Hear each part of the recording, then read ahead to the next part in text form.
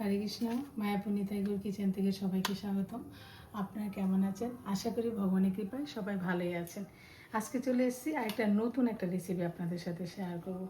এই রেসিপিটা হবে হেলদি এবং টেস্টি, খুব একদম স্বাস্থ্যকর। যারা নাকি একদমই হালকা বয়েল খাবার খান তারাই এই রান্নাটা করে ভগবানকে ভোগ লাগিয়ে প্রসাদ পেতে পারেন।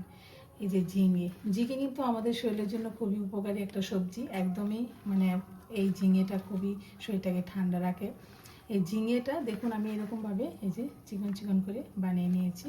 আর তার সাথে আমি এই যে এখানে মটর ডাল ভিজিয়ে রেখেছি, 1-1.5 ঘন্টা ভিজিয়ে রেখেছি। এই যে ডালটা একদম ভালো ভিজে গেছে।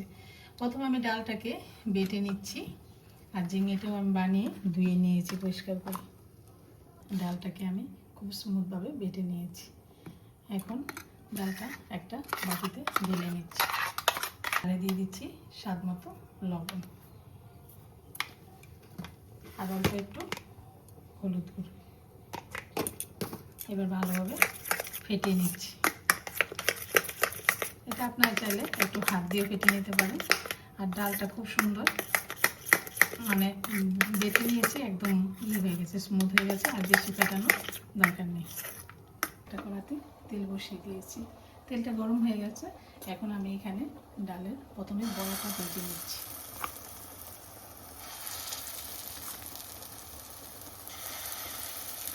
অল্প অল্প করে দিয়ে দিচ্ছি।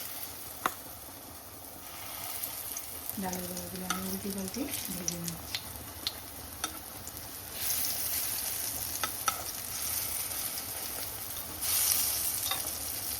উল্টে পাল্টে আমি ডালের বড়াগুলো লাল লাল করে ভেজে নিচ্ছি।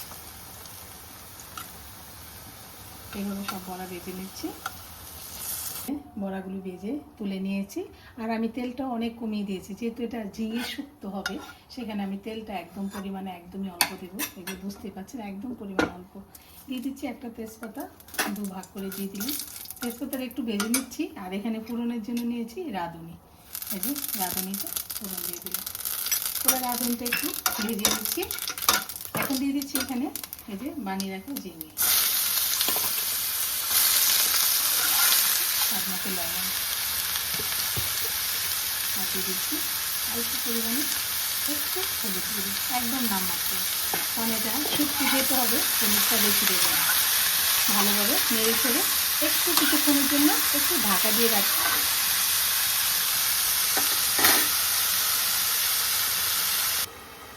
এখন ঢাকনাটা খুলে দিচ্ছি। এই দেখুন ঝিঙেতে খুব জল উঠে যাচ্ছে। ঝিঙেটা কিন্তু এরকম জল উঠে যায়, অসুবিধা নেই, এটা ঠিক আস্তে আস্তে শুকিয়ে যাবে। এরকম ঝিঙেটা প্রায় সিদ্ধ হয়ে গেছে। এখন আমি ভালোভাবে একটু নেড়ে চেড়ে দিচ্ছি। এবার একটু নেড়ে চেড়ে নিয়েছি। আর এখানে একটু আদা বেটে নিয়েছি। এর মধ্যে আবার আমি মিক্সি বাটি ধোয়া জলটা দিয়ে দিয়েছিলাম, ওই জন্য একটু জল ছিল। এভাবে আদাটা দিয়ে ভালোভাবে একটু ফুটিয়ে নিচ্ছি।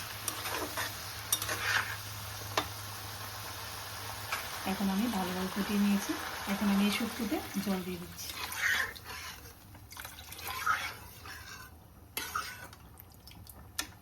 যেহেতু এখানে অনেকটা পরিমাণে জল দিয়েছি, একটু পাতলা হবে কারণ শুক্তো তো, এই জন্য আমি আর একটু লবণও এখানে অ্যাড করছি।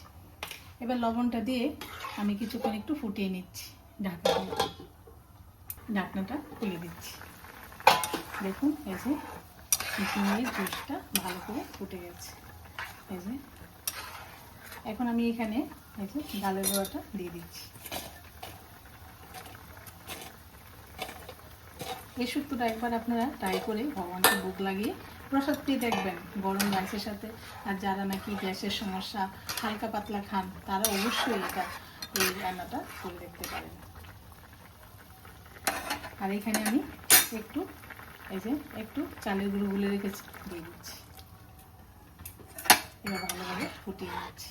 আর এখানে দিয়ে দিচ্ছি একটু স্বাদ মতো চিনি।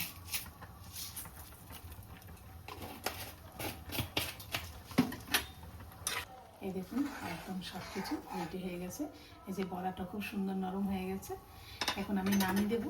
নামানোর আগে অল্প পরিমাণে একটু ঘরে করা ঘি 1 ফোঁটা দিয়ে দিলাম। একটু খুব সুন্দর একটা ফ্লেভার আসবে, শুক্তোটা খুব ভালো লাগবে। এবার ফুটিয়ে নামিয়ে দিচ্ছি। দেখুন এই যে নামিয়ে দিয়েছি। আর কত সুন্দর কালারটা, কিন্তু একদম গ্রিন থাকবে, যেহেতু হলুদ আর অল্প একটু দেওয়া হয়েছে। এরকমভাবে আপনারা এই ঝিঙের শুক্তোটা করতে পারেন, একদম অল্প টাইমের মধ্যে হয়ে যায়, একদম ইজি একদম। এরকমভাবে আপনারা ভগবানকে ভোগ লাগাতে পারেন। আর আজকের ভিডিও এখানে শেষ। সবাই ভালো থাকবেন, সুস্থ থাকবেন, আবার দেখা হচ্ছে পরের ভিডিওতে।